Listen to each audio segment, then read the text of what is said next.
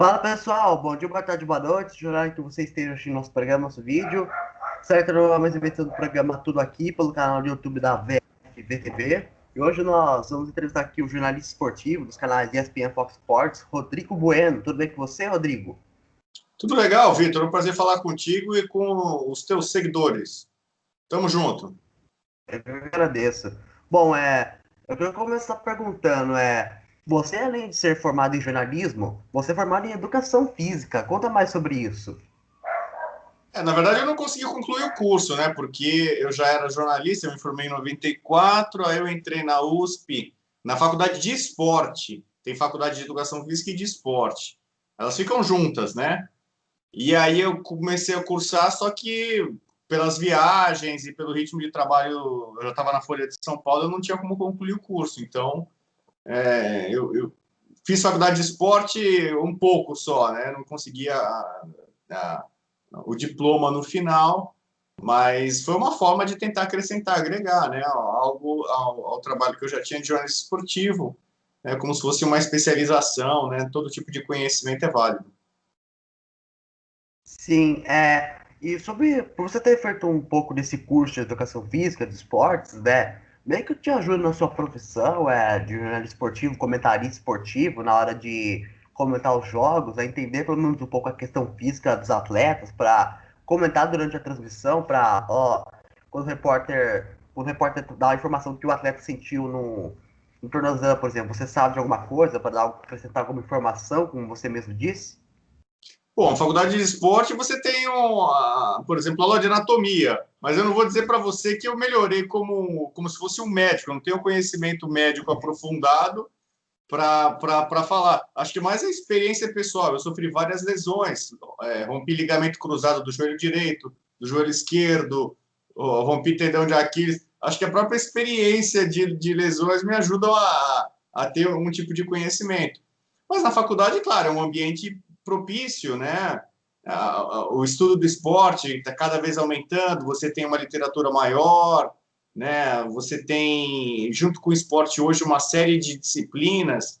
Fazer jornalismo esportivo hoje não é só conhecer jogadores do goleiro à ponta esquerda. Você tem que saber de marketing, de economia, de política, de negócios, de cidade, de saúde. A gente lida, por exemplo, com Covid, com lesões, eleições dos clubes, balanços financeiros. Então, todos os assuntos e disciplinas hoje estão envolvidos no noticiário esportivo, né? E a gente tem que, claro, procurar saber um pouquinho mais. Então, qualquer curso, qualquer aprendizado que você tenha é útil, né?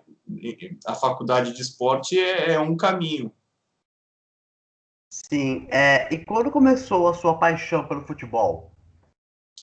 Bom, começou de forma obrigada, né? Porque meu pai me levava para campo quando eu tinha uns 4 anos de idade, né? Meu pai era técnico de futebol, eu queria ficar dormindo, ouvindo televisão, e meu pai já me enfiou logo no campo, vai jogar bola, moleque.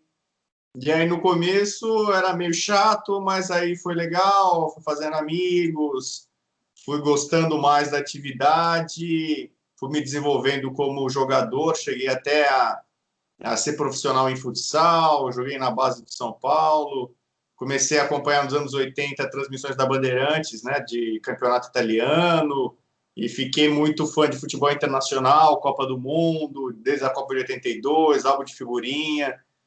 E aí já, né, a adolescência inteira já foi apaixonado por futebol e, e com vontade de conhecer jogadores, clubes, mundo afora.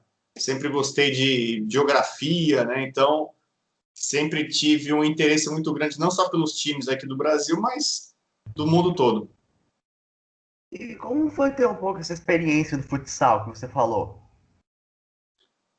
Assim, eu jogava campo, porque tinha um time de futebol do meu bairro que era na rua em frente, né? Meu pai era o técnico do time, então eu jogava muito ali e tal. Mas eu comecei a ter mais prazer na escola, que tinha uma quadra jogando futsal com os colegas da escola. E eu me adaptei muito bem ao futsal, né? Que é aquela bola, antigamente, né, uma bola mais pesada, né? Eu finalizava bem, então fazia muitos gols, e aí comecei Eu acho que eu joguei melhor futsal do que futebol de campo, né? Quebrava o galho, jogava bem futebol de campo também, mas no futsal eu fui bem melhor. Ganhei títulos, fui artilheiro, fui federado pelo Paineiras, ganhei torneios internos no São Paulo, e aí joguei por empresas, vários torneios, tal. Então, futsal ajudou a desenvolver a minha habilidade, né? E isso acontece com vários jogadores, né? Quem joga futsal normalmente, né, desenvolve uma habilidade também para jogar no campo. Entendi. Peraí só. Ah, sim, só tá perguntando as perguntas. Quando você se interessou pelo jornalismo esportivo? Quando eu estava no colegial, eu comecei a pensar no que eu ia fazer, na medida em que eu vi que eu não ia ser jogador de futebol, que eu não queria seguir na carreira de jogador, porque possivelmente eu ia ter que sair de casa, sair de longe da família, talvez da minha cidade, e sem perspectiva de ter sucesso, talvez, sei lá o que ia ser, era uma incógnita. Eu pensei logo em comunicação, porque eu sempre gostei de escrever desde garoto, né? Sempre fui bem em redação, sempre gostei de contar histórias e tal. E aí o jornalismo pintou como uma boa possibilidade para mim, sendo que ainda teria a chance de trabalhar com jornalismo esportivo, né? De trabalhar numa área que eu gosto, que é de esporte. Então, sou muito realizado juntando duas paixões que eu tinha, o esporte e a comunicação. Entendi. E é verdade que seu pai queria que você fizesse outra faculdade, mas daí você persistiu e se formou em jornalismo? Eu não sei de onde você pegou essa informação, mas ela tem um fundo de verdade. Meu pai, assim, meu pai, ele tinha, digamos assim, uma cabeça. Meu pai sofreu muito, ele teve dificuldade para estudar, perdeu o pai e a mãe muito cedo. Então, meu pai fez um grande investimento na minha educação para que eu me tornasse um doutor, né? Então, imagino que na cabeça do meu pai, ele querendo o bem para mim, ele queria que eu fosse, sei lá, médico, advogado, alguma coisa assim, alguma profissão que pudesse dar dinheiro, que pudesse dar estabilidade, status, na cabeça dele. E talvez na cabeça dele o jornalismo não era a profissão mais adequada, a profissão em que normalmente quase ninguém fica rico com o jornalismo, né? Você tem um outro caso, né? Mas não vai ganhar muito, vai trabalhar muito, não vai ganhar muito dinheiro e tal. Mas não é que foi contra, né? Mas acho que ele gostaria que eu tivesse seguido outra. Na verdade, ele queria que eu fosse jogador de futebol, né? E eu fui até boa parte da adolescência, eu joguei bola tal. Mas depois ele tirou de boa. Não me ajudou no começo, na faculdade e tal, até eu ter uma grana e poder bancar e fazer estágio e tal. Então, não chegou a ser crise, não, mas eu acho que ele queria que eu fosse doutor. Entendi. E como foi o seu início de carreira no jornalismo esportivo? Bom, enquanto eu estava estudando na PUC, jornalismo, eu trabalhei no SESC e na própria PUC como assessor de imprensa, e fazia estágios, né? Tentava fazer estágios na Folha, que era o jornal que eu queria trabalhar. Minha família assinava a Folha desde os anos 80. Eu tinha alguns amigos que trabalhavam na Folha e eu tentei seguir o caminho. Tentei ser estagiário do banco de dados na Folha na Copa de 94, não consegui. Tentei fazer o programa de trainee, de treinamento, de novo, bati na trave, né? Passei o primeiro teste, o segundo, o terceiro não consegui. Aí, em novembro, dezembro de 94, né, quando eu estava praticamente formado, eu entrei no curso Abril de Jornalismo, na revista Placar, né, que é especializada em futebol, em esporte, mas sobretudo futebol. E, paralelamente, eu me candidatei para uma vaga de repórter de esportes, de redator de esportes na Folha de São Paulo. E, como eu fui muito bem no teste de esportes, eu acabei entrando no jornal. E aí, desde o dia 5 de janeiro de 95, que eu estou na grande imprensa trabalhando com o jornalismo esportivo, né? A Folha acabou sendo a minha grande escola, né? Sempre foi uma referência para mim de jornalismo. E eu passei 17 anos ali, né? Muito tempo como repórter, como colunista. E ali foi o começo de tudo para valer no jornalismo esportivo para mim, né? Depois veio convite para a televisão, para escrever para revistas estrangeiras. E aí já são 26 anos quase que eu estou na grande imprensa com o jornalismo esportivo. Sim, agora eu queria que você falasse um pouco mais sobre a sua descendência de espanhóis, né? Eu queria saber se isso te influencia um pouco no futebol. Na verdade, não. Assim, eu tenho muito orgulho da minha origem. A família materna é da Galícia. Meu avô, que era um galego, nacionalista, gostava do Celta, gostava do Real Madrid e tal. A gente ia para a Galícia algumas vezes, foi umas duas, três vezes para lá. Visitei a Espanha várias vezes, um país que eu adoro e tal, tudo mais. Minha mãe tem nacionalidade espanhola, mas assim, eu acabei virando torcedor da Holanda, né? Se tem um país que me encantou com o futebol, que me ganhou pelo futebol, não é a Espanha, a Holanda. Tanto teve a final Holanda e Espanha em 2010, minha família ficou meio dividida, né? Porque foi praticamente a última Copa que meu avô assistiu, meu avô vivo, ele viu a Espanha ser campeã do mundo. E eu, por mais que tivesse feliz pelo meu avô, mas estava torcendo para a Holanda, né? Meu sonho é ver a Holanda ser campeã do mundo. Eu não posso dizer que a Espanha tenha me influenciado no futebol. Eu sempre tive, né, olhos abertos para todo mundo. Na verdade, eu comecei a acompanhar muito futebol internacional pela Itália, né? Vendo o Calcio, a Série A dos anos 80. Não passavam tantos jogos de Barcelona e Real Madrid, por exemplo, aqui. Eu comecei a ver muito mais os times italianos, né? Eu ouvia muito dos times ingleses, sobretudo do Liverpool, que era muito forte nos anos 80, mas não posso dizer que a Espanha tenha tido uma influência para mim sobre o futebol. Sim, inclusive seu avô foi um dos fundadores do Galícia Esporte Clube, né? Clube pentacampeão baiano, né? Meu avô, ele em 31, ele veio para o Brasil, saiu da Espanha, o que foi bom para ele, né? Porque assim ele ficou vivo, senão ele ia morrer certamente na Guerra Civil Espanhola no final da década de 30, senão na Segunda Guerra Mundial, né? Certamente ele não sobreviveria à Guerra Civil. Aí ele chegou ao Brasil e foi morar em Salvador. Aí ele trabalhava ali pela Padaria Paris, em Salvador, que era um local que era um centro de reunião dos descendentes de espanhol, né? Descendentes de espanhóis, né? Notadamente galegos. E aí eles fundaram o Galícia, eles resolveram fundar o Galícia até hoje, né? Uma homenagem a essa região do norte da Espanha. E meu avô contribuía da forma que podia, né? Ele foi praticamente o primeiro goleiro do time, né? Para juntar, para formar o time no começo, né? Basicamente eram os galegos ali que fizeram o Galícia.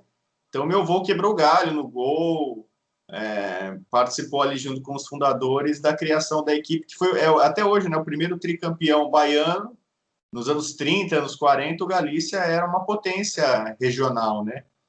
E aí já há algum tempo, algumas décadas, que o time tem algum tipo de dificuldade, né? Luta sempre para chegar à primeira divisão na Bahia, mas é um time histórico que a minha família tem muito orgulho, né? Desse envolvimento do meu avô. Aliás, quando o meu avô morreu, não só o Galícia prestou homenagem, mas teve um minuto de silêncio em todos os jogos do Campeonato Baiano, o que foi motivo de muito orgulho para a família. Entendi. E você cobriu vários eventos esportivos, né? Como Olimpíadas, Copa do Mundo. Inclusive, Olimpíadas você cobriu na Folha de São Paulo até no início da sua carreira, né? Copa do Mundo, Eurocopa, etc. Fala um pouco mais sobre essas coberturas. Putz, são muitas, né? Eu entrei na Folha em 95. Então, a primeira grande cobertura internacional que eu fui como enviado foi para a Olimpíada de Atlanta em 96. E isso ajudou o fato de eu estar na faculdade de esporte na USP, porque antes de começar a Olimpíada, umas 2 semanas antes, tem aquele fenômeno clássico que é a corrida da tocha, né, a tocha olímpica. Eu viajei com 4 estudantes de educação física e de esporte que iriam representar o Brasil conduzindo a tocha olímpica. Eu fiz a cobertura e aí depois eles voltaram, eu continuei lá, fiz algumas matérias, algumas reportagens. Para mim, no meu caso, estava começando na Folha ainda, né? Tinha um pouco mais de um ano de jornal. Eu tinha acabado de ser contratado, acho que em abril de 96 que eu fui contratado. Então foi uma grande experiência, né? Participar ali de uma cobertura desse tamanho, cobertura de Copa do Mundo, de Olimpíada, é sempre algo muito impactante, né? Agrega muito no currículo. No começo você vê como é que outros grandes profissionais também desenvolvem ali. Então foi um período muito intenso. Nesse ano de 96, eu cobri pela internet a Eurocopa, que foi na Inglaterra, a primeira Eurocopa com 16 seleções. E era uma novidade, porque a internet tinha acabado de chegar no Brasil em 96, em janeiro. Eu comecei a ter contato com a internet para cobrir a Copa da África, que foi na África do Sul, em janeiro de 96. E foi um laboratório, né?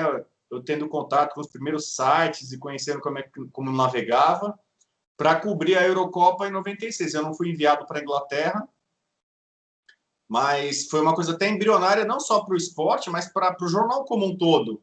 Que até então os jornalistas não utilizavam a internet como ferramenta, né? De apuração, de acesso a informações. E em 96, na Eurocopa, acho que eu fiz uma boa cobertura, mesmo estando na redação da Folha no Brasil, em São Paulo, mas consegui trazer muitas informações e fazer uma cobertura rica, muito com o apoio da internet. Coisa que depois ia virar algo banal, né? Hoje, para qualquer tipo de informação, você vai em qualquer site ali, tal, alguma coisa, você consegue ter acesso a dados, a entrevistas, né? Hoje as federações divulgam isso, os clubes, os jogadores, todo mundo tem suas contas, né? Seus pronunciamentos, comunicados. Então, em 96 foi uma guinada para mim, para minha carreira, tanto que em 97 eu virei colunista de futebol internacional da Folha, sucedendo o Silvio Lancelotti, e a partir daí foi uma série de grandes competições.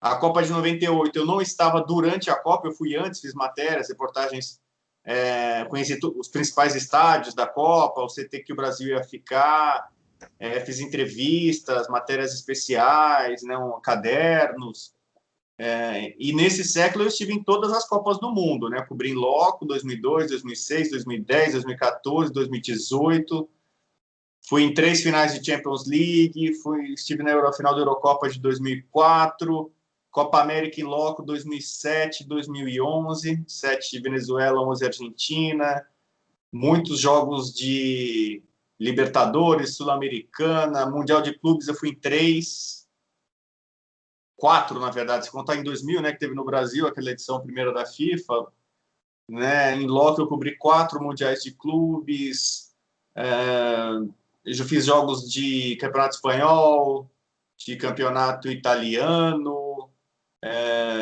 como comentarista também, né? Tive a chance de comentar partidas dos mais diferentes campeonatos, que são uns 40 campeonatos mais ou menos, e alguns jogos realmente em loco, Real Madrid, Barcelona, Boca e Corinthians, final da Libertadores, foram muitas coberturas nesses 20 premiações da FIFA, da Comebol, sorteios, Copa do Mundo, Libertadores, né? Quer dizer, viajei bastante aí, ainda bem, né? Profissionalmente. Pô, que bom então que você tenha presenciado, né, a conquista do meu time Corinthians da Libertadores, né? Eu fui em 2012, eu fui na partida de ida, Boca 1, Corinthians 1, a narração foi do João Guilherme, é a primeira final do Fox Sports, né? O canal Fox Sports nasceu em 2012 e já nasceu como aqui no Brasil, já era na América, né?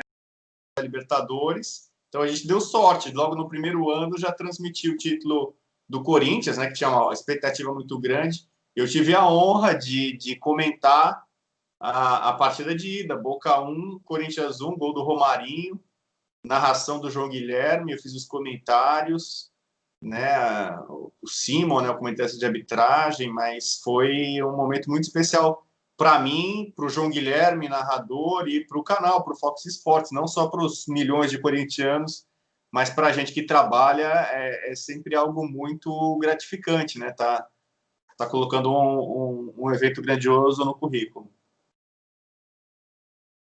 Com certeza. E dá para dizer qual foi a maior cobertura da sua carreira? Putz, eu tenho uma tendência a pautar muito meu trabalho por Copa do Mundo, né? Acho que as coberturas de Copa do Mundo são muito, muito significativas para um cara que gosta de futebol internacional, que é especializado em futebol.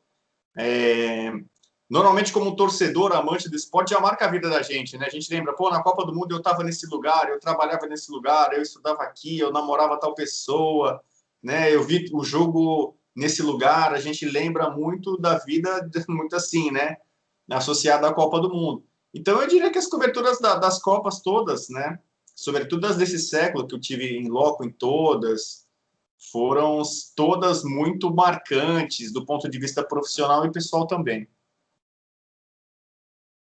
Sim, entendi. E você já declarou que é torcedor do Milan, certo? E assim, você acha que dá pro Milan nessa temporada tirar a hegemonia da Juventus do campeonato italiano? Eu não acreditava muito no começo da temporada, né? Eu era meio cético e tal, mas a gente está vendo, o time já abriu alguma vantagem, já tem uma gordurinha na liderança. A Juventus não está tão firme como nas outras temporadas. A Juve tem a melhor defesa até agora da Série A Inter tem o melhor ataque, mas o Milan está demonstrando o poderio, né? Além do Ibra, que tem, se eu não me engano, 43% dos gols do Milan na Série A foram dele, né? Ele é artilheiro com 10 gols. Mas o Kessié está bem, né? Na última partida, com um gol. O Milan fez 5 jogos fora de casa, ganhou todos. Ele só teve 2 tropeços, né? 2 empates e foram justamente no San Siro. Então, esse começo está sendo muito animador. E como a concorrência tá um pouco titubeante, eu acho que dá para tentar fazer uma boa campanha. Aliás, na Liga Europa também, né? O Milan fez bons jogos contra o Celtic, que eu cheguei a comentar uma partida. Então, acho que o Milan, para o padrão europeu, não dá para ele voltar a ser ainda o gigante que ele foi, né? Tetracampeão do mundo, heptacampeão da Europa. Mas dá para brigar, certamente pelo título da Série A e também por uma boa campanha na Liga Europa. Sim, também acho isso. Eu queria que você contasse um pouco sobre a sua admiração pelo futebol holandês. Então, começou justamente com o Milan, né? Eu acompanhava o campeonato italiano nos anos 80. Aqui no Brasil, muita gente tinha simpatia pelo Napoli por conta do Maradona e do Careca. E eu comecei a gostar do Gullit e do Van Basten, sobretudo, né? O Rijkaard também, mas a dupla Gullit e Van Basten me encantava muito. E o Milan, com aquele timaço, ganhou a temporada 87-88. O Milan foi campeão, grandes jogos contra o Napoli, aquele 3-2 em Nápoles, e ali eu já falei, poxa, né, cara, esse time é tão legal, esses holandeses jogam muito, né? É que nem um garoto hoje gostar do Cristiano Ronaldo, do Messi, eu gostava do Gullit e do Van Basten. E aí eu imaginava, né, poxa, cara, a seleção deve ser bem legal, né? Eu não tinha visto ainda ao vivo um jogo da Holanda. E morria de vontade de ver a Holanda jogar, por conta do Gullit e do Van Basten. Aí em 88, logo que terminou essa temporada que o Milan foi campeão, veio a Eurocopa na Alemanha, que foi uma Eurocopa bem legal, e a Globo transmitiu alguns jogos.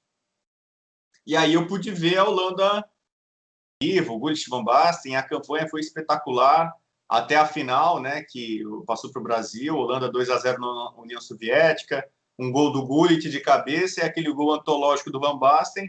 E aí, quando o Van Basten fez aquele golaço no Dassaev, ali eu meio que fiz um juramento ali, que eu ia torcer para o resto da minha vida para a Holanda.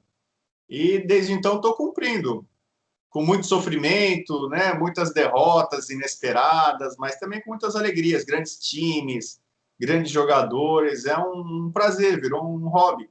Tanto que eu virei uma marca laranja, né? Quase tudo que eu tenho é laranja. Eu tenho carro laranja, bicicleta laranja, tênis laranja, casaco laranja, assim, eu costumo me cercar de coisas laranjas, né?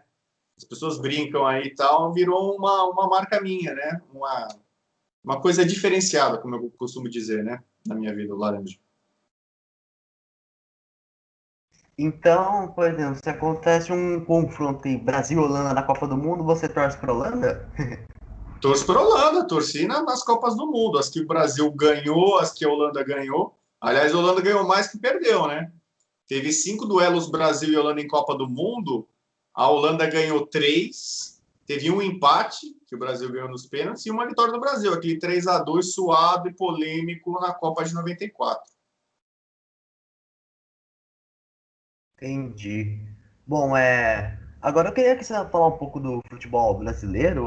Como você avalia atualmente o Campeonato Brasileiro? Essa atual temporada do Campeonato Brasileiro? Tá sendo o campeonato da Covid, né? Um campeonato muito atribulado, muitos times sofrendo com surtos. o calendário muito estranho, né? Quase nunca você tem o mesmo número de jogos para os times, sempre jogo por fazer, jogo atrasado.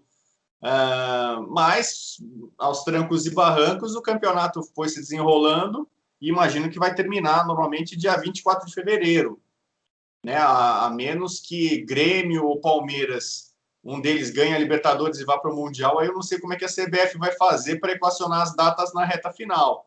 Vão faltar data ali para alguns jogos se um time brasileiro ganhar a Libertadores e for para o Mundial.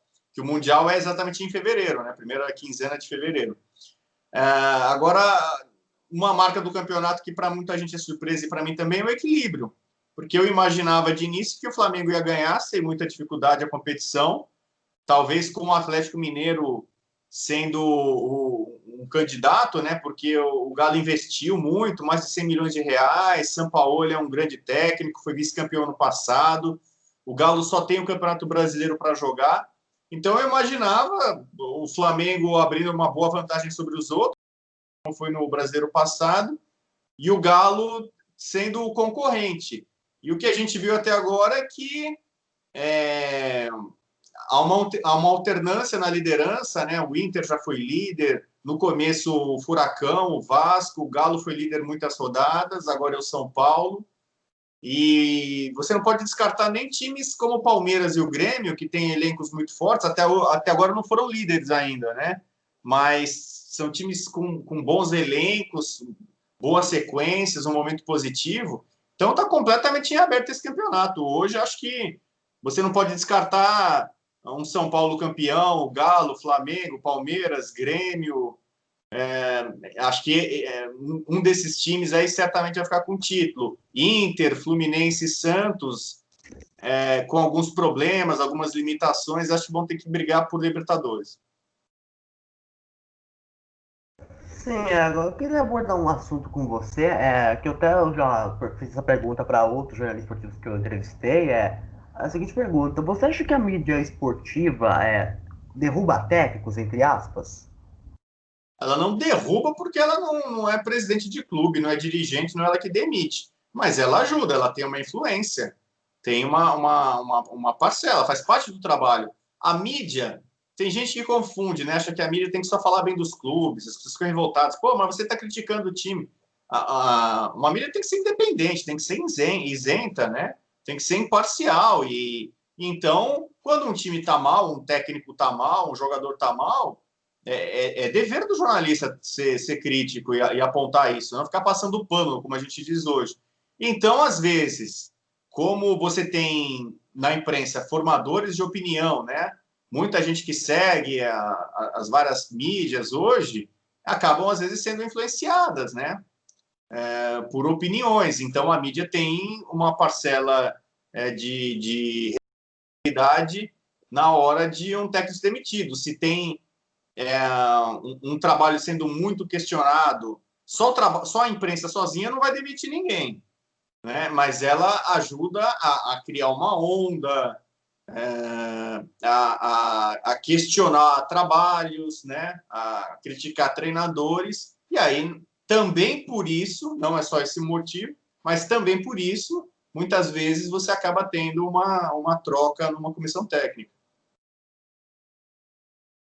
Entendi. Agora eu quero perguntar para você, o que aconteceu, na sua opinião, que o futebol brasileiro ficou bastante atrasado em relação aos europeus? Bom, primeiro a gente tem que começar pelo outro lado, né? Eu acho que os europeus que se desenvolveram muito bem, evoluíram bastante. Se havia uma diferença, não vou dizer grande, né? Mas para alguns países havia uma diferença grande do Brasil, né? Para muita gente. Hoje essa diferença diminuiu muito porque os outros evoluíram. Então hoje você tem jogadores talentosos em vários países, não só na Europa, né? Mesmo o que era um Brasil e México, um Brasil e Colômbia, Brasil e Coreia, Brasil e Japão há 20, 30 anos, né? Você quase não via muitos talentos nesses outros países. O que era a África, os países africanos há 40 anos? Era muito difícil você ter algum jogador de destaque. Hoje não, quase todo mundo produz, forma talento, jogadores capacitados. Isso já deu uma equilibrada no cenário. O que era o Equador há há 20, 30 anos, o que é o futebol do Equador hoje. É claro que o futebol cresceu, né, em vários lugares. E os países europeus, que sempre tiveram um gosto muito grande por futebol, o velho continente é o berço, né, do esporte, eles começaram a desenvolver técnicas, centros de treinamento para formar melhores jogadores, para pensar o jogo, formam melhores treinadores. Então, de fato, eles evoluíram. Hoje você vê, tecnicamente, as seleções europeias são muito fortes. Antigamente, quando eu era pequeno, falava que na Europa todo mundo é cintura dura. Eles são apenas robôs, né, que cumprem taticamente, são disciplinados, mas não têm a habilidade do jogador sul-americano, que isso era coisa de brasileiro, argentino e uruguaio. E hoje não. Você vê alguns dos principais jogadores talentosos, habilidosos, são europeus. Eles produzem talento, né? A Alemanha, a França, a Holanda, Portugal, Itália, vários países têm desenvolvido jogadores talentosos, têm formado técnicos interessantes, inteligentes. E o Brasil, por sua vez, acho que tem uma mentalidade muito tacanha nesse momento. A base se preocupa mais para ganhar dinheiro e exportar jogadores e não forma, talvez, tantos talentos, né? Os meias, os centroavantes, jogadores que fazem equilíbrio, são raridade aqui agora. Os treinadores, muito preocupados com o resultado, até para manter o emprego, jogam muito na defensiva, no contra-ataque, por uma bola. Né? Então, o futebol brasileiro romântico foi sendo tolhido, foi sendo minado. E hoje, isso se reflete no topo da pirâmide, que é a seleção brasileira. A seleção brasileira não consegue mais ser a melhor do mundo. A melhor seleção do mundo é a brasileira. No mesmo nível dela, tem várias outras, né? E isso vai dificultar muito para o Brasil voltar a ganhar uma Copa do Mundo. O Brasil é só um dos candidatos, tem vários hoje. Sim, e o que o futebol brasileiro precisa fazer para recuperar o seu protagonismo no futebol mundial, fazer frente aos europeus? Tem que mudar tudo desde a base, como eu citei. Voltar a formar jogadores talentosos. O Brasil não tem um jogador que é melhor do mundo desde 2007, quando o Kaká foi eleito. O Brasil precisa produzir mais jogadores do nível do Neymar. E formando mais jogadores como o Neymar, também cuidar da cabeça deles, para que ele seja um atleta completo, competitivo, sólido, mais do que o Neymar. Né? Um jogador com o talento do Neymar é uma coisa rara, mas além de formar esse talento, também a cabeça, formar bom cidadão, para que o Brasil forme um time muito forte, sólido, competitivo, melhorar os treinadores, a filosofia de jogo, o conceito de jogo, tentar resgatar o futebol brasileiro mais romântico, ofensivo, que propõe jogo, que cria várias oportunidades, melhorar a estrutura dos clubes, né, que por mais que tenham construído algumas arenas modernas, mas tem situações financeiras sofríveis, né, melhorar as condições de trabalho, organização do calendário, a CBF, formar uma liga independente, o Campeonato Brasileiro organizado pelos clubes, uma Copa do Brasil mais democrática, com todos os times. Tem muita coisa para ser melhorada em todos os níveis, inclusive na imprensa esportiva brasileira também, né? Também a gente tem que tentar melhorar e fazer com que a imprensa cresça com o futebol e vice-versa, né? A imprensa também é um mecanismo importante para cobrar federações, clubes, para que o nosso esporte, nosso futebol volte a ser o número 1 do mundo. Entendi, eu concordo em tudo que você falou. Agora eu queria te perguntar, qual o seu campeonato preferido atualmente? Seu campeonato mundial preferido atualmente? Bom, eu gosto muito de Copa do Mundo. Eu imagino que você está falando de campeonato nacional. Campeonato nacional é a Premier League, Mas né? A Premier League eu comecei a comentar na virada do século ainda na ESPN, ali o comecinho da Premier League na ESPN, e eu fiquei muito atrelado à competição, né? Hoje, com a fusão, né, os canais ESPN e Fox Sports, estou de volta à velha casa e tenho comentado de novo a Premier League, mas nesse século, eu acho que eu só não comentei 4 temporadas da Premier League.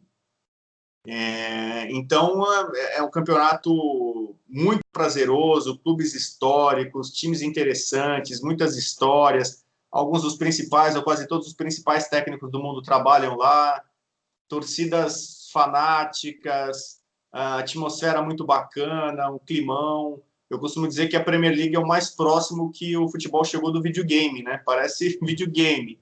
Então, de campeonato nacional é a Premier League, mas eu amo Champions League e Libertadores, né? São os de clubes os torneios mais espetaculares, mais apaixonantes. Amo a Libertadores, amo a Champions League. Se você fala de campeonato nacional, é a Premier League. Se você fala de torneio de clube em geral, é Champions League e Libertadores, no mesmo patamar. Se você fala de torneio em geral, a Copa do Mundo tem uma grandiosidade, uma importância que, claro, também eu tenho que levar em conta. Sim, Premier League também é minha liga de futebol preferida, né? Toda manhã eu tô lá ligado, 9h30, 8h30, horário, por aí, eu tô ligado pra ver a Premier League, porque o futebol, por exemplo, é muito prazeroso de ver. Os times eu acho que raramente, quer dizer, óbvio que tem os 0x0, mas são 0x0 que, às vezes, que, né, jogos animados, né, jogos com muitos gols na Premier League, sabe? É a principal liga do mundo, sem dúvidas, na Ah, minha opinião, o sabe? árbitro não dá faltinha, então a bola está sempre rolando, os times são Então, muito intensos, verticais, o jogo tem muita ação, tá? Sempre parece que acontecendo alguma coisa, a bola não para, né? Então, aqui às vezes parece um jogo eu muito tô por... moroso, muito lento, arrastado. E lá não, a sensação é que os times estão sempre tentando o gol ou fazer alguma ação. E isso realmente é encantador. A Premier League virou sinônimo de intensidade, né? O que todo mundo tenta copiar no futebol mundial. Você tocou num ponto importante, Rodrigo, que a Premier League não tem demora no VAR. Lá o VAR funciona. Perfeita. Lá o VAR funciona, na minha opinião. Óbvio que vocês têm seus errinhos, claro, né? Todo mundo é humano, mas lá as coisas funcionam, na minha opinião, perfeitamente, sabe? No máximo 2 minutos para ouvir o VAR rapidinho, não tem muita conversinha, sabe? Isso que eu mais gosto, isso que é umas coisas que importantes da Premier League também, na minha opinião. Ah, tem muita coisa, né? É um combo, né? Eu sou favorável que aqui no Brasil deveriam criar uma liga independente, sei lá, uma lá, Liga Brasil, Primeira Liga Brasil, sei lá, alguma coisa assim, não a CBF organizando. E aí você pegava o regulamento da Premier League e dá um Ctrl+C, Ctrl+V, entendeu? Copia e cola o regulamento da Premier League e põe aqui. Tenta copiar, fazer a Premier League brasileira.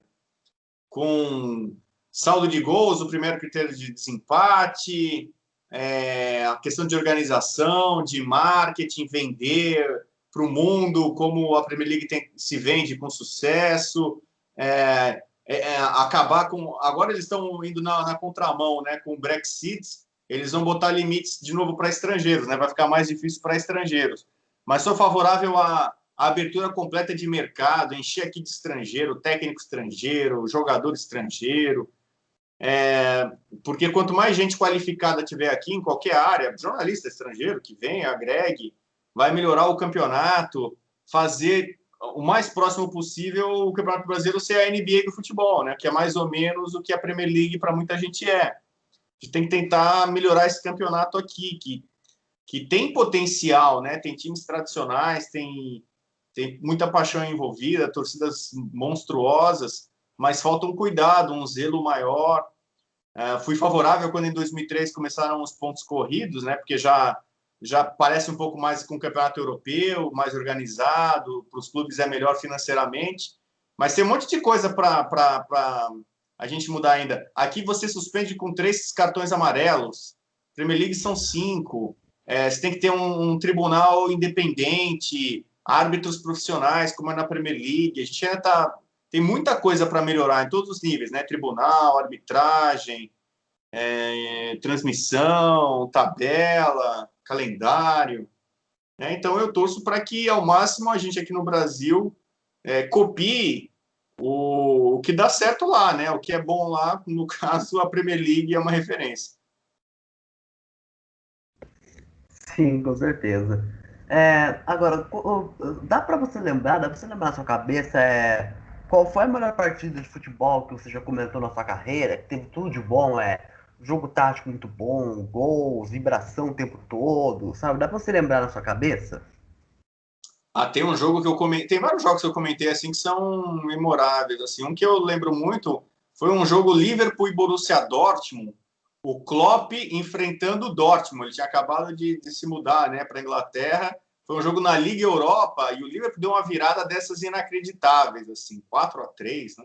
E era o técnico do PSG nesse jogo, né? Era o Thomas Tuchel nesse jogo, era o técnico do Borussia, né? Então, Gustavo Villani que narrou esse jogo e eu já conversei com ele algumas vezes. A gente fez grandes jogos da Premier League, por exemplo, muitos jogos sensacionais. O Paulo Andrade, na minha época da ESPN, a gente fez muitos jogos sensacionais do Arsenal, que foi campeão invicto, né, do Henry, do Vieira. Cansei de fazer grandes jogos do Manchester United, do Alex Ferguson. Um dos últimos jogos que eu comentei na ESPN na minha outra passagem foi 6-1 do City sobre o United. Comentei grandes jogos. Mas do jeito que você falou assim de jogo eletrizante, emocionante, intenso, eu lembro muito desse Liverpool e Dortmund. Foi o jogo da volta, né, na Liga Europa e classificou o Liverpool. O Liverpool acabou depois sendo vice-campeão, né? Nem ganhou a final, né? Foi vice, mas a eliminação do Dortmund, ainda mais com o Klopp do outro lado, foi um jogo que eu acho que ali criou de fato o casamento da torcida do Liverpool, que é apaixonada pelo Klopp, né, que é um técnico tão intenso, Sim. enérgico ali, ele eliminando esse time, foi um negócio muito, um jogo que quem não assistiu recomendo aí pegar em algum site, alguma coisa e tentar rever esse jogo que vale a pena. Eu já vi os melhores momentos, foram, pelo que deu pra ver, foram jogar mesmo. Agora, eu queria te perguntar, qual foi o melhor time que você já viu jogar? Olha, o pessoal fala muito do Barcelona do Guardiola, né? E de fato foi um timaço, mas até por memória afetiva, eu gosto muito do Milan, de 89, 90. O Milan de 89 até 92, por ali, era um time espetacular, né? Primeiro time do Arrigo Sacchi e depois do Capello. Eu acho que eu só para ir na contramão aí, né? O Barcelona do Guardiola foi espetacular. O Real Madrid do Zidane que ganhou 3 Champions, né? Foi o mais vitorioso que eu peguei, né? Pela sequência de títulos. Mas eu ficaria com o Milan pela memória afetiva, um time que me marcou muito. O Gullit e Van Basten são meus ídolos. Tinha Baresi, tinha Maldini, Ancelotti, Donadoni, era um timaço, Rijkaard. Eu vou ficar com o Milan, do Arrigo Sacchi. Posso falar pra você, um dos 5 melhores times que eu já vi jogar, só pra gente ter um pouco de discussão, sabe? Eu vou te falar que Corinthians é o tipos que eu vi, sabe? Porque eu tenho uma época que, por exemplo, eu nasci em 2006, por exemplo, eu não tive tempo de acompanhar o Barcelona do Guardiola direito, sabe? Nessa época do Guardiola eu não conseguia acompanhar direito, mas os melhores times que eu já vi jogar que eu vi, quando meio que eu comecei a entender mais de futebol, pelo menos eu vi alguns jogos, o Corinthians de 2015, o Flamengo de 2019, o River Plate dessa era do Marcelo Gallardo, mais de 2015, ele ganhou a Libertadores 15 ou 18 com o River Plate, na minha opinião, o Manchester City do bicampeonato da Premier League com o Guardiola, 2017, 18, 18, 19, o Liverpool do Klopp atualmente e o Bayern de Munique atual, né, que acabou de ser campeão da Pô, mas aí Champions, sabe? Esses você para mim são citou aí os mais melhores. de 5, né? Você É, citou, isso aí. você citou aí mais de 5. Você citou Corinthians, Flamengo, Liverpool, City, Bayern, né? É, Dos últimos anos, assim, o Bayern do Flick pelos números, né, pelas goleadas, pelas vitórias em série, e o Liverpool do Klopp são os times que eu mais gostei. O time do Guardiola normalmente tem muito jogador bom, muito investimento e o mesmo tipo de jogo, né? O melhor time do Guardiola foi o Barcelona. Barcelona de 2009, de 2011, era um timaço, desse dos maiores da história. Se eu pudesse falar os maiores times da história, é simples: é o Real Madrid de Stefano, é o Santos do Pelé, o Ajax do Cruyff, Flamengo do Zico, São Paulo de Telê, é o Milan de Gullit e Van Basten, o Barcelona do Guardiola. É, eu acho que o Bayern atual, né, esse Bayern do Flick, acabou se não ofuscando, mas virou talvez o grande Bayern da história. Né? Você teve o time do Bayern do Beckenbauer, que era uma equipe espetacular, mas acho que não causou tanto barulho no mundo, né, como fez esse Bayern nessa temporada, né, de meter 8-2 no Barcelona, então tantas coisas. Então depende do time que se você quer. Se você quer estar time só do Brasil, é um outro patamar hoje em dia, né? É, O melhor time desse século no Brasil, para mim, sem dúvida, foi o Flamengo do Jorge Jesus. Nenhum time neste século no Brasil jogou o que jogou o Flamengo do Jorge Jesus. Lá atrás você vai achar o Cruzeiro de 2003, que foi um time muito bom e que dava muito espetáculo, era um time muito bacana. Talvez foi o que mais se aproximou do Flamengo do Jorge Jesus, mas foi o melhor time do Brasil nesse século. acha que o Corinthians de 2015 que eu citei não se aproxima? Não, não. O time do Corinthians de 2015 foi o Corinthians mais vistoso, talvez, deste século. Foi talvez o melhor time do Corinthians deste século. Se você pega só de Tite, facilmente sim, né? Corinthians tinha alguns times ali que ganharam títulos com o Mano Menezes e tal, mas esse time do Corinthians de 2015 é mais fraco, é pior que o Cruzeiro de 2003, é bem menos vistoso e impactante que o Flamengo do Jorge Jesus. Esse time do Corinthians 2015, ele vem numa outra prateleira. Estou falando só desse século, né? Para não falar. O Corinthians de 98 a 2000 era muito melhor que o Corinthians de 2015, mas aí você não viu, né?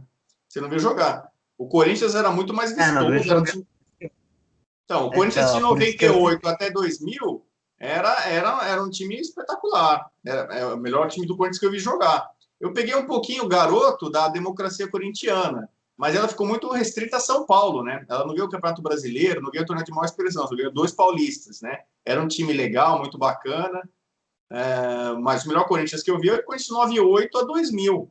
Era um time muito melhor, tecnicamente, tipo de jogo, segurança, a importância do que ganhou, do que os times do Corinthians deste século, né?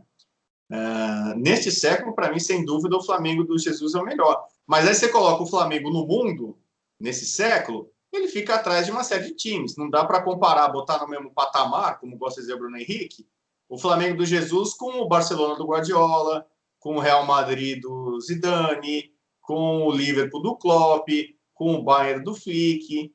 Né? Tem vários times, até por questão econômica, né? Dinheiro, né? O nível de jogador que tem. Por mais que o time do Jesus tenha sido dominante no Brasil e na América do Sul em 2019, mas não tem um Messi, não tem um Cristiano Ronaldo, né? Não tem jogadores desse quilate, né? Xavi, Iniesta, Kroos, Modric, Benzema, outro nível, né? Então, por isso que eu procuro separar o Brasil do resto do mundo nesse caso, né? Porque na época do Pelé, por exemplo, antes do Pelé, o Flamengo do Zico, ou até o São Paulo do Tele, dava para você fazer uma certa comparação dos melhores times da América do Sul com os melhores times da Europa. Porque na Europa você tinha limite de estrangeiros. Eu citei o Milan, que eu adoro. O Milan só podia ter 3 estrangeiros. Ele tinha 3 holandeses, o Gullit, Van Basten e Rijkaard. Então jogava, por exemplo, Milan em São Paulo, como jogou a final do Mundial em 93, dava jogo. Dava jogo. O Milan não tinha tantos estrangeiros assim, era um timaço, era uma melhor defesa da história do Milan, mas era um jogo mais parelho. Pega Flamengo e Liverpool. Flamengo fizeram 2 mundiais, 2 decisões, em 81 e essa de 2019. Em 81, dava jogo, era pau a pau. O Liverpool era um time britânico. Ele praticamente não tinha jogadores estrangeiros, tinha um sul-africano, para não falar dos britânicos, né? Pega o time do Liverpool de 2019, é uma seleção mundial. Tem jogador do Egito, da Holanda, do Brasil, de Senegal. Fica muito desigual, né? O investimento, o dinheiro, estrangeiros. Então, hoje em dia, você querer comparar time do Brasil com o time da Europa, realmente é muito complicado. Bom, agora eu quero perguntar para você, eu imagino que uma das vantagens seja esportivo é que em cobertura você pode viajar para outros países, certo? E eu queria te perguntar, qual é a sensação de conhecer outras culturas? Ah, maravilhosa, mas eu digo isso não como jornalista, eu digo isso como pessoa. E eu tenho um plano de, antes de morrer, tentar conhecer o maior número possível de países. Todo ano, eu fiz um pacto comigo mesmo, né? Para aproveitar a vida. Todo ano eu tento ir para pelo menos um país que eu nunca fui, conhecer um país novo, pelo menos. E nos últimos anos, eu tenho conseguido fazer isso. Então agora eu estou na conta de 50 países, eu conheço 50. Muitos desses 50 países eu conheci trabalhando, né? ou cobertura de Copa América, todos os torneios que eu já fui, muitos deles eu conheci profissionalmente. Mas eu tenho melhorado, tentado trabalhar mais a minha parte como turista, né? De ir para países que dificilmente eu iria. Então, eu fui para alguns países meio que exóticos, fui para a Islândia, fui para o Nepal, fui para o Vietnã. São países que dificilmente eu iria como jornalista, né? Porque esses países não recebem Jordânia, não recebem competições, Aruba, Curaçao, Cuba. Não é fácil você ir para um país desse e cobrir um torneio como jornalista. Então, eu tenho dado preferência para tentar conhecer várias culturas e países diferentes, né? Se eu posso ir a trabalho, cobrir jogos, ótimo, tal. Mas se eu puder ir como turista, pô, melhor ainda. Te engrandece como pessoa, isso agrega como profissional também. Então, por exemplo, o ano passado eu fiz um giro pelo leste europeu, eu conheci 10 países do leste europeu em 10 dias. Então, a Macedônia, que agora é Macedônia do Norte, está jogando a Eurocopa, eu conheci a Macedônia. Não que meu conhecimento do time, né? Eu tenho que procurar informações para saber mais sobre a seleção da Macedônia. Mas é legal você ter conhecido, ter passado por esses lugares, Sérvia, Romênia, Croácia, Bósnia, Kosovo, Albânia, Montenegro, Eslovênia. Te enriquece como pessoa e, consequentemente, como profissional, né? Todo tipo de conhecimento que você tem acrescenta para você na sua área de atuação, no seu trabalho. Ainda mais sendo um jornalista que cobre muito futebol internacional, viajar bastante é sempre como se fosse um grande curso, uma faculdade, né? Te acrescenta. Entendi. Agora, eu queria te perguntar, você como jornalista esportivo consegue dialogar com os torcedores? Assim, até hoje. Eu tenho, sei lá, mais de 200 mil seguidores aí, somando todas as mídias aí. E eu procuro responder todo mundo que me escreve. Dou muita importância para a interação, quero saber o que as pessoas estão falando no momento. Não penso só em dar minha opinião e acabou, entendeu? Minha opinião é definitiva, eu falo, não quero nem saber o que os outros pensam, não. Hoje faz parte importante do nosso trabalho. Saber, as mídias sociais são um grande termômetro, né? Saber o que as pessoas estão pensando do jogo que você está comentando. Às vezes as pessoas enxergam coisas que você não está vendo. Você está com um olhar muito para uma coisa, ou para um time, ou para um jogador, para um técnico na hora, e alguém te dá uma luz no estalo e você consegue perceber outra coisa. Então eu me divirto. Eu sou um jornalista, um comentarista, mas ao mesmo tempo sou um cara ativo nas mídias sociais como qualquer pessoa, né? E a interação é bacana. Saber quando estão gostando do meu trabalho, quando estão me criticando também. Às vezes pode ter coisa que eu passei do tom, que não é legal. Às vezes é alguma coisa que eu estou fazendo que as pessoas gostaram, é legal investir. Então, hoje em dia, a interação com as mídias sociais e tudo mais é algo muito importante, é uma grande ferramenta e ajuda o nosso trabalho. Quais são as responsabilidades que um jornalista esportivo tem que ter? Tá informado ao máximo, tá antenado. Aí não só jornalista esportivo, né? Qualquer jornalista, né? A profissão da gente pede quase que uma ligação 24 horas por dia. Você tem que estar sempre aberto para receber todo tipo de informação, de adquirir conhecimento, não só da sua área, mas ter cultura geral, embasamento. Você tem muitas coisas que você pode desenvolver, melhorar, dicção, fazer fono, figurino, melhorar a roupa, pensar ali na imagem que você tá passando, o que você posta, o que você publica, não só o que você fala, o que você escreve, as várias formas de se comunicar, mas a coisa principal é adquirir o máximo de conhecimento e informação, porque o teu conteúdo é o que vai fazer a diferença, né? Não importa a plataforma, se é TV, se é internet, se é um jornal, uma revista, se é um blog, se é um site, podcast, o teu conteúdo é a tua grande ferramenta de trabalho. Concordo. Agora eu queria que você contasse um momento inusitado que ocorreu durante sua carreira. Momento inusitado? Ah, putz, já tive vários, né? Mas eu já tomei a multa mais cara que eu tomei na minha vida foi na Suécia em 2008. Eu estava fazendo um especial de 50 anos da Copa que o Brasil ganhou em 58. Aí eu precisava correndo entrevistar um zagueiro da Suécia de 58, o cara que tomou o chapéu do Pelé, né? Em 58, na final. E aí eu tinha pressa, porque eu tinha hora marcada, ele morava muito no norte, a Suécia não é um país pequeno. E aí eu acelerei muito, estava com a fotógrafa, a Marlene Bergamo, do lado. Aí duas motinhos vieram e a gente foi levado para uma espécie de delegacia ali, né? Um posto da polícia na Suécia. Eu tive que pagar 420 euros em cash de multa, a maior multa da minha vida, né?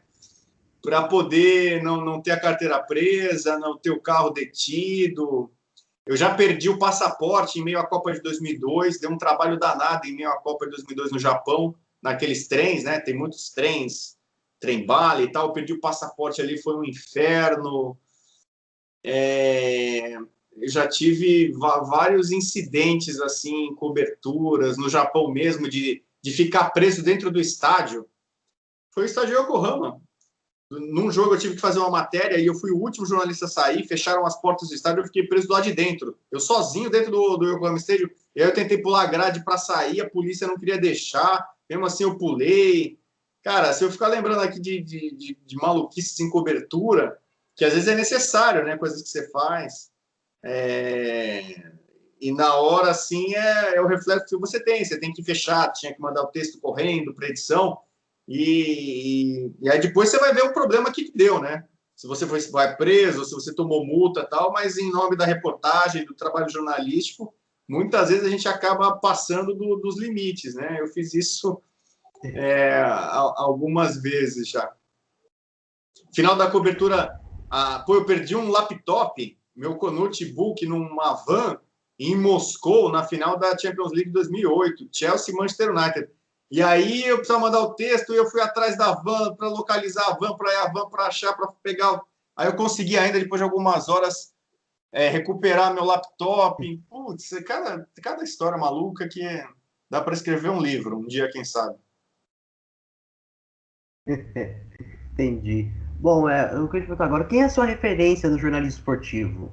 Não tenho. Todo mundo me pergunta, eu falo que eu não tenho. Não tem? Não tenho, eu falo que eu cresci na profissão quando eu quis ser. Quando eu entrei na Folha, no começo eu queria ser o Silvio Lancelotti, e ele é de um jeito, ele escreve de um jeito, ele tem outra cabeça, ele tem outro foco.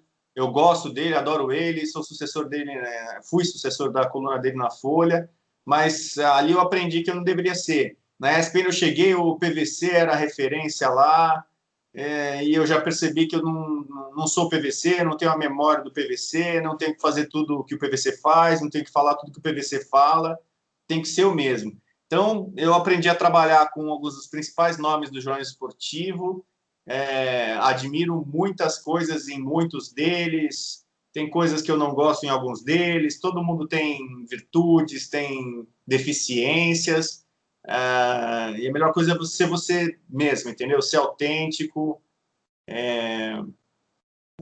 Então, eu procuro sempre responder que eu não tenho referência na área. Entendi. Bom, já vamos para as duas perguntas finais. O que eu ia te perguntar o que você ainda deseja fazer na sua carreira? Escrever livro. Bom, para a última agora, que dica você dá para quem quer seguir nessa área de jornalismo esportivo? Como eu. Então, o que eu falei quando você me perguntou sobre o que é importante para um jornalista. A minha dica é: estudem ao máximo, informem-se ao máximo, fiquem antenados, acompanhem os meios de comunicação, nos meios sérios, né? Porque hoje, às vezes, o cara acha que na internet ele está informado, né? Não sabe nem qual que é a fonte, fake news, e o cara está consumindo, às vezes até reproduzindo aquilo. Ter o máximo de curiosidade, de interesse, de aprender, de estudar, de ler, porque qualquer conhecimento que você tiver vai ser útil para você na carreira. E se a ideia é fazer jornalismo esportivo, não importa só saber o goleiro do Chelsea, o ponta esquerda da Atalanta, o técnico do AZ Alkmaar, entendeu? Tudo, qualquer área, qualquer tipo de conhecimento vai te ajudar no jornalismo esportivo. Então, está antenado do que acontece na política, na economia, na sua cidade, no país, no mundo, com saúde, com educação, economia, marketing, todo tipo de conhecimento, né? Seja aberto para receber todo tipo de informação, porque isso vai te agregar como pessoa e, consequentemente, como profissional. Você vai ser uma pessoa mais valorizada no mercado. Entendi. Bom, uma hora de papo, né? O nosso, tudo aqui de hoje está terminando. O papo hoje, o nosso papo hoje com o Rodrigo Bueno foi muito bom. Tudo aqui de hoje está terminando. Muito obrigado a todos pela audiência. Muito obrigado, Rodrigo Bueno, pela sua disponibilidade. Eu que agradeço, Vitor, sucesso para você na sua carreira, que você curta muito aí, tenha sucesso, e também desejo a mesma coisa para quem acompanhou. Quem tiver alguma dúvida, alguma pergunta, meus canais aí estão à disposição que eu respondo. Meu Twitter, Rodrigo Bueno Fox, meu Instagram, Rodrigo Bueno Bubu, Facebook é Rodrigo Bueno Jornalista. Né? Podem me procurar, mandar pergunta, tal, que eu respondo. Bom, novamente, o nosso aqui está terminando. Muito obrigado a todos pela audiência. Se inscreva no canal, ative o sininho. Tchau, galera. Abraço!